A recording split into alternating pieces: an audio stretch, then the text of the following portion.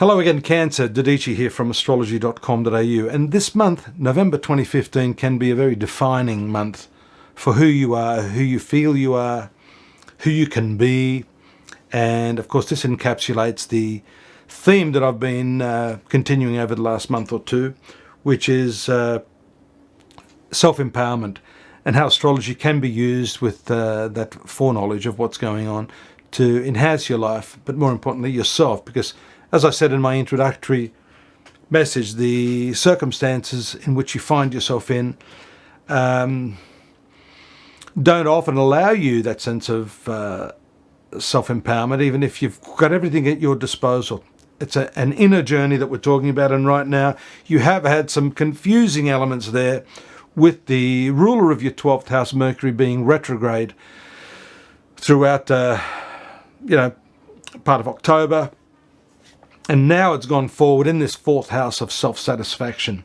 The other interesting thing, shortly, the karmic point, the north node, what we call the dragon in Eastern astrology, is about to move out of this 4th house, freeing you up. So I am seeing a whole new cycle commencing for you that's going to make you feel much better within yourself.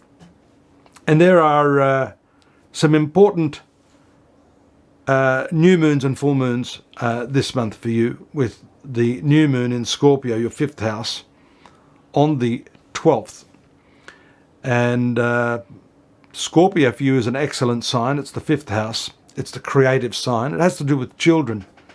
Some of you who are entering that period of your lives wanting children may find that this is really good time. One of the dicta of astrology is that when the new moon coincides with ovulation, that's a good time to fall pregnant. So any of you Cancerian born women who are contemplating that and who happen to be ovulating around the 12th, then I need not say any more.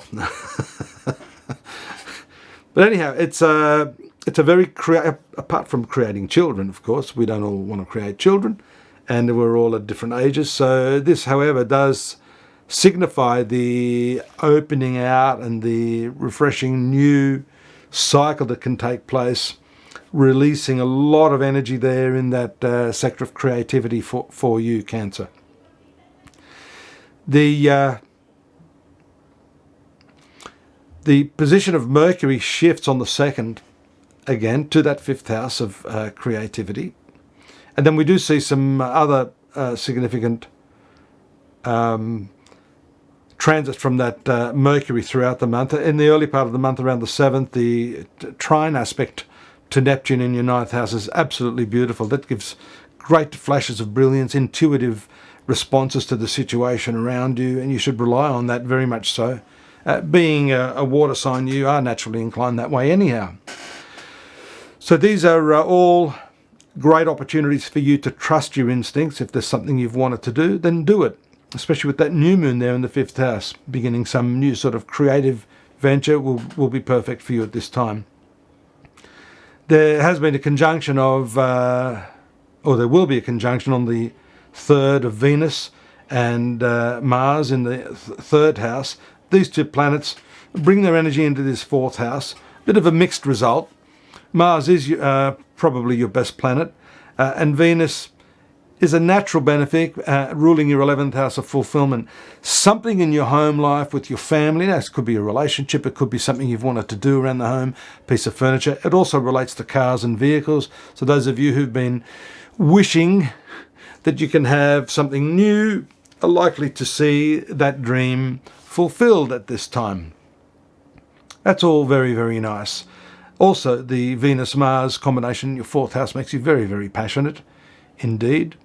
These are rulers of the 10th, 11th house, rulers of the 4th and 5th house. These are all very nice houses for you. In other words, the planets ruling these directions of the zodiac bring with them in their conjunction a fulfillment of your desires. So this is all good news in the first part of the month up until the new moon of the 12th. Thereafter we see the stationary direct movement of Neptune, another important planet ruling your spirituality, education and mentorship. If you've been wanting some clarity, some deeper meaning to your to your life, then this is the time when you can see an acceleration of that due to the forward movement of this highly spiritual planet, compassionate planet, Neptune. There are some other changes here. Mercury, which I just mentioned, moves into your fifth house, quickly moves into your sixth house, where it will meet up with Saturn, who's been challenging you there. The challenges may come in the form of health issues that you need to watch, given that Saturn is not altogether a great planet for you. One thing, however, he rules the eighth house, and the presence of the eighth ruler in the sixth house is a positive one for bestowing wealth and financial benefits. Being the sixth house of work, that may come at a cost, is what I'm saying. If you're overworking, then this planet will naturally give you the additional financial remuneration, but it could also spell trouble physically for you. And especially as Sagittarius, which rules your sixth house, has to do with the hips and the thighs, this part of your body. As I say that, I'm shifting my posture because I'm just about to talk to you about posture maybe being part of the problem. And I do suffer a bit of that lower back trouble as well.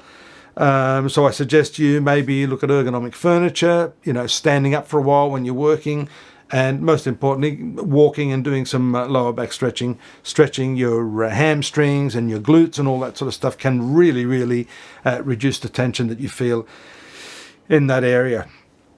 We see the important full moon on the 26th in Gemini, the 12th house. So that 12th house is a hidden house. It continues the thread of what I just mentioned with Neptune, spirituality. And this could be the time. The moon is your ruler. So therefore, this could really give you a sense that your inner happiness and self is blossoming. That is the edifice upon which that self-empowerment rests. A feeling that you got things in control. Not necessarily at this time in the latter part of the month wanting to be with everyone. Although there is a load of communication shown by the aspects of Mercury on the 25th and the 26th, aspects to Saturn, to Neptune. These are difficult aspects. Be careful of your communication at that time, especially if you're discussing legal or philosophical matters. You may not exactly agree with the person you're having the discussions with. Then on the 26th, we see that very fiery but positive sextile aspect between Mercury and Mars, and then the hard aspect of Saturn to Neptune. On balance, they are not easy aspects. That's from the 25th to around the 27th. Those aspects will be felt before that, but that's where they become quite intense.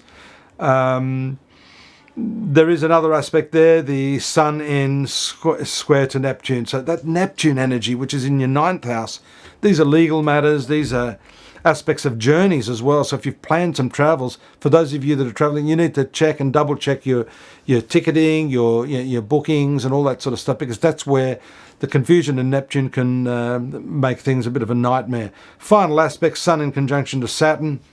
Well, that's in your sixth house. The month will end on a note of hard work, which will set the trend for December. We'll be talking about that when I come back here. Early December for you. And in the meantime, you can get some more information, a bit of a beefier version of this as a text format at the site. My website, www.astrology.com.au. And I look forward to your company here next month. Take care. Bye-bye.